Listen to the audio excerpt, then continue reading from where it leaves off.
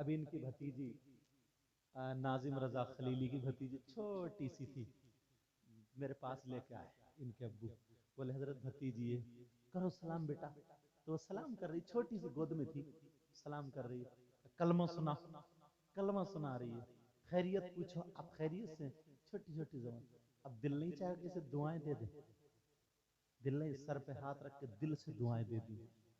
اور یہ پھپھو کیا سکھاتی ہے، یہ جب چلنا سیکھ جائے نا تو چپل نکال کے دے گی، چپل سینڈل اونچے، مننے یا منی، وہ دادی امی بیٹھی نا ان کے سر پہ مار کے پٹا، یہ پھپھو سکھا رہی ہے، پھپھو.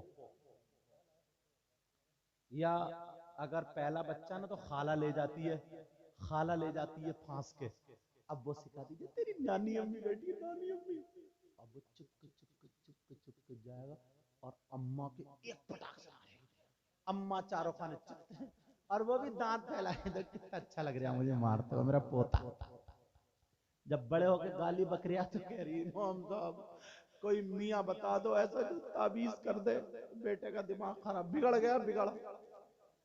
یہ بگاڑا تو نہیں، اب تو اگر تو میاں کو بھی لٹکا دے گی تب بھی کام نہیں بنے گا تیرا، کیونکہ کائے میں اثر ہوگا تعویذ میں جب میاں میں خود اثر نہیں ہے.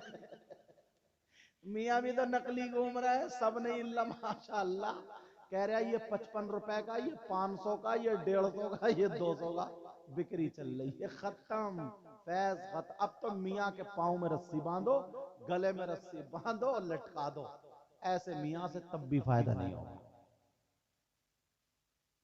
اب سوچتا پھر رہا نا کوئی ایسا مل جاتا نا میاں جو میرے بیٹے کا دماغ پلٹ دیتا، اور میاں اس چکر میں کوئی ایسا مریض مل جاتا نا جو میرے حالات پلٹ دیتا، دونوں چکر میں سمجھے ہے چکر.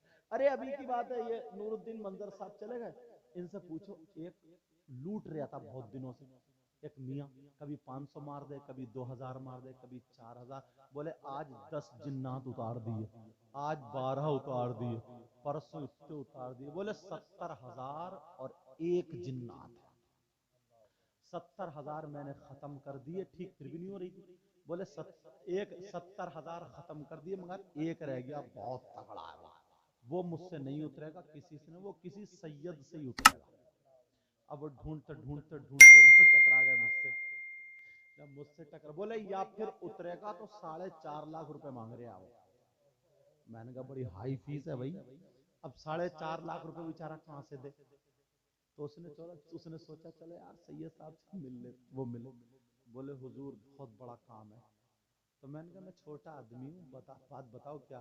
بولے 70,000 حضرت جلا دیے عامل صاحب نے، بس ایک رہ گیا اور وہ سید صاحب سے اترے گا. میں نے کہا 70,000، بولے حضور، میں نے کہا ایک بات بتا، اس کم بخت نے 2 منٹ میں 70,000 گن کیسے لی؟ 70,000 گننے کے لیے کتنا ٹائم لگے گا؟ اور میں نے کہا تیری بیوی ہے یا جنات کی فیکٹری ہے؟ ایک جن کا تو جھٹکا جھلے گا نہیں، اور وہ 70,000 کو لٹکائے پھر رہی ہے، سمجھے. اب میں سمجھ گیا کہ کوئی اسے مل گیا.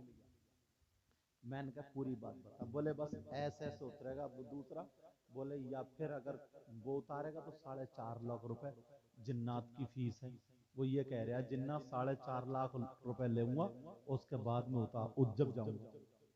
میں نے کہا بتاؤ یار کتنا حرامی میاں پڑا ہے، اللہ معاف فرمایا، حد ہو گئی. پوچھا ان سے نور الدین مظہر صاحب بیٹھے یار، میں نے کہا بھائی صاحب وہ والا مجھ سے بھی نہیں اترے گا. بولے کیوں؟ میں نے کہا پہلے اس کم بخت میاں کو لا، اسے اتاروں گا میں پہلے، بعد میں وہ اترے گا. اس میاں کا تو نام بتا، اسے لا مجھے میرے پاس، آج یا تو وہی نہیں یا میں نہیں. تو یار حد ہو گئی ہے کیسے، اور تم اتنے سیدھے ہو، اتنے بھولے ہو نا. ہاں بہکاوے میں آ جاتے اشارے میں، اشارے.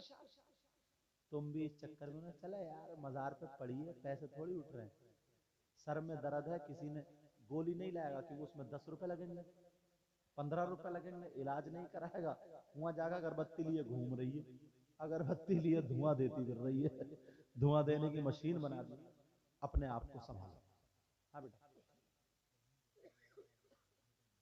اچھا، اپنے آپ کو سنبھالو۔ کیسے سنبھالو گے؟ میں جو بات کر رہا تھا نا، جس کی بچیاں جوان ہیں، ہوشیار ہیں، ان کی حفاظت کرو۔ اس وقت جو ہے نا، لوگ عیب نہیں سمجھتے ہیں اس کو۔ جس کا رشتہ ہو جاتا ہے اس لڑکے سے بات کرنے میں کوئی عیب نہیں سمجھتے، لیکن حرام ہے، حرام۔ اس کا رزلٹ بہت خراب ہے، کیونکہ 7-8 مہینے بعد اور کبھی اچھی بری بات کرنے میں نکل ہی جاتی ہے، سارے حالات پوچھ لیتا ہے۔ اللہ اللہ پیارو سنو، ذرا توجہ رکھو، غور کرو۔ وہ عورت جو قرآن شریف پڑھتی ہے، نماز پڑھتی ہے، اچھے کام کرتی ہے، مگر ایک غلطی کرنے کی بنا پر نبی فرماتے ہیں وہ جنت سے محروم رہے گی، جنت میں نہیں جائے گی ایک غلطی کرنے پر۔ وہ غلطی بتا دوں کون سی ہے؟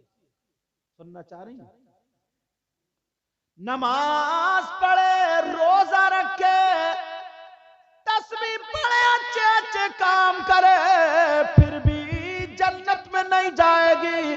نبی فرماتے ہیں وہ عورت وہ ہے جو اپنے شوہر کو ذلیل کرتی ہے، جو اپنے شوہر کو ناراض کر دیتی ہے، جو اپنے شوہر سے لڑائی کرتی ہے، صبح ناشتے میں لڑائی، دوپہر کھانے میں لڑائی، شام کو کھانے میں لڑائی، کھانا نہیں کھا رہے بلکہ کھانا ان کو کھا رہا ہے۔ جو بیوی چھوٹی چھوٹی باتوں پہ لڑائی نکالتی ہے، شوہر کا کہنا نہیں مانتی ہے، شوہر کی وفاداری نہیں کرتی ہے، شوہر کو ذلیل کرتی ہے، اتنی ناراض ہو جاتی ہے، شام کو جب بستر ہوتا ہے تو ناراضی میں شوہر کا بستر الگ، بیوی کا الگ۔